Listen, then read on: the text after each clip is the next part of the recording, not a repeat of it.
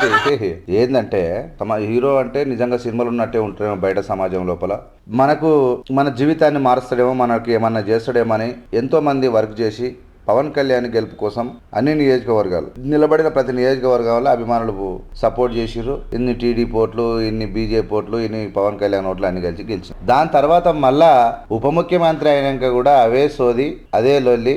నేను భయపడను, నేను ఇంటికి వెళ్ళి బయటకు వచ్చేటప్పుడే ప్రాణాలు ఉంటాయో పోతాయని తెగిడిచి వస్తా అని మళ్ళీ రెచ్చగొట్టే కార్యక్రమం, లేదంటే మాలలేయడం, ఏదో ఒక కలర్ బట్టలు వేసుకొని అన్ని దేవుళ్ళనంటే ఏదో ఒక రకంగా దైవ చింతన ఉన్నట్టు చూపించనీకి ప్రయత్నం చేస్తున్నాడు పవన్ కళ్యాణ్. ప్రజలను రెచ్చగొట్టనీకి ప్రయత్నం చేస్తా ఉన్నాడే తప్ప సెంటిమెంట్ రాజకీయాలు చేయాలనుకుంటున్నాడే తప్ప వచ్చిన పదవి, ఇప్పుడు సెంటిమెంట్ మళ్ళీ చేసినా మళ్ళీ వచ్చేది పదవే కదా. నీకు పదవి వస్తే ఏం చేస్తావు అనేది చూస్తారు ప్రజలు.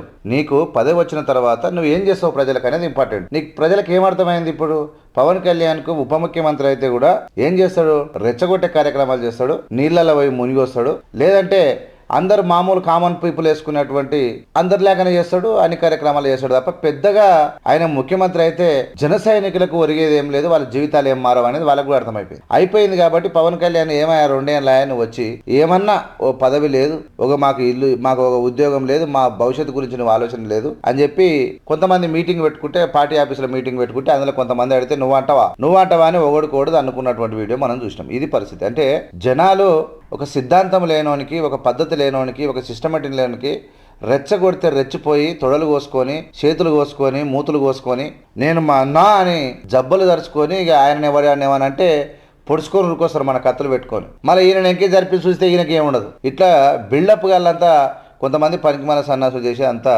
ఇంతవరకు వచ్చింది. చివరికి ప్రజలకు ఏమర్థమైందంటే ఏం చేసినా గంతే, మనం ఎంత చేసినా గింతే సంగతి అనేది జన సైనికులకు అర్థమైపోయింది. ఎవడైనా చదువుకోవాలి, మంచి ర్యాంక్ తెచ్చుకోవాలి, జాబ్ కొట్టాలి, సినిమాలు టైం పాస్ కు మాత్రమే చూడాలి. ఆ తీసతోనికి సుజతోనికి కథలు కాపీలు కొట్టి స్టోరీ అందులో 10 సార్లు ప్రాక్టీస్ చేసి ఆ డైలాగ్ డెలివరీ చేసి దాన్ని సౌండ్ పెంచి సినిమాటాక్లో బురబుర బుయ్య చూపిస్తే దానికి తొడలు కోసుకొని, మూతులు కోసుకొని, ముక్కులు కోసుకొని, ఆన మీద దున్ని ఈయన మీద దున్ని పొర్రిపడి తిట్టాల్సిన అవసరం లేదు. అదంతా టైంపాస్ ముచ్చట. ఆ హీరోలైనా కొన్ని సందర్భాల్లో ప్రజాసేవలో జీరోలు అవుతారని చెప్పి ఇలా అర్థమైంది. కాబట్టి ఈ కొట్లాట జరుగుతూ ఉంది. ఇంకా అనేకమైన కొట్లాట. ఇది నేను చూపించిన చిన్న కొట్లాట, ఇంతే తప్ప ఏం లేదు. మొన్న ఆయనకి వచ్చి కాలుకు కాలు, కీలుకు కీలు, ఇది ఆయన మాటలు. నేను కూడా చెప్పిన, నువ్వు కాలు కీలు వాడెవడో యోగి ఆదిత్యనాథ్ ఒక పనికిమాలిన నోటు చేసినటువంటి మీరు కూడా ఏందో చేసావంటే నేను ఏమంటున్నానంటే, ఈ దేశానికి సుప్రీం రాజ్యాంగం, దాన్ని కాపాడేది పోలీసులు, దానికి న్యాయ నిర్ణేతలు కోర్టులు, దాన్ని గౌరవించేది ప్రజలు. ఇక్కడ అందరు కలిసి అంటే పాఠశాలలు కానీ, కోర్టులు కానీ, జైళ్ళు కానీ, పోలీసులు కానీ ఏం చేస్తారంటే ఒకడు తప్పు చేసిందంటే వాడిని చంపేయడం కాదు, అట్లా చంపుకుంటూ పోతే ఎవడు మిగిలడు. ఆ మనుషులకు సైకాలజీ ఎట్లా ఉంది వాళ్ళకి ట్రైనింగ్ ఇచ్చి మెంటల్గా పరివర్తన వచ్చేటట్టు చేయడమే ఒక జ్ఞానం. కానీ ఈ పనికి మన ఆడేవాడో యోగితేనాథంట కాలు తీస్తాడంట, కీలు తీస్తాడంట. ఈ 12వ తరగతి పేలైన పవన్ కళ్యాణ్ ఏమో ఆయన కూడా కాలుకు కాలు, కీలుకు తీస్తాను అని ఆయన అనబట్టే. అసలు ఏం చేయాలి? ఎవడైనా తప్పు పని చేస్తే వాడు మారని పక్షంలో వాడిని కఠిన కారాగార శిక్ష జైల్లో పెట్టాలి, లేదంటే వాడిని మారే వరకు శిక్షణలు ఇవ్వాలి. అంత అద్భుతమైనటువంటి రాజ్యాంగం ఈ దేశం. నేను ఇప్పుడు ఫర్ ఎగ్జాంపుల్ ఒకటి తప్పు చేసిండు, వాడు తప్పు చేసిండు, వాడిని చంపేసినావు, ఆయన చంపేసినాం, మనం చంపేసినావు తప్పే కదా. మళ్ళీ చంపేసినాను కూడా మళ్ళీ చంపాలి, మళ్ళీ చంపితే వీధి కూడా మళ్ళీ ఆయన చంపిన తప్పే కదా, మళ్ళీ వాడిని చంపాలి. అంటే ఒకరిని చంపుకుంటూ పోతే ఈ దేశంలో ఎవడు మిగిలడు. మరి పిచ్చి కుక్కలకి ఏమైనా తెలుసా? కొంతమంది కామెంట్లు పెట్టే విధవలకి ఏమైనా తెలుసా? వానికి ఆవేశం తప్ప ఆలోచన ఉండదు. మన రాజ్యాంగం ఏం చెప్తా ఉంది?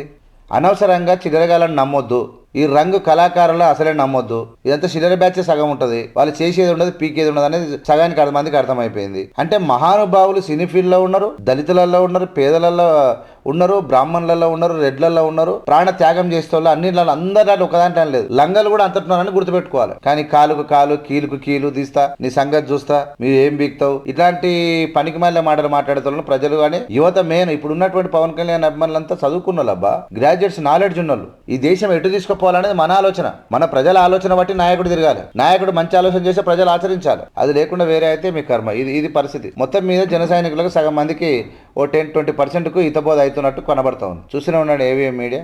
ఏవిఎం మీడియా లైక్ చేసి, షేర్ చేసి, సబ్స్క్రైబ్ చేసి ప్రజలకు పంపండి. Thank you.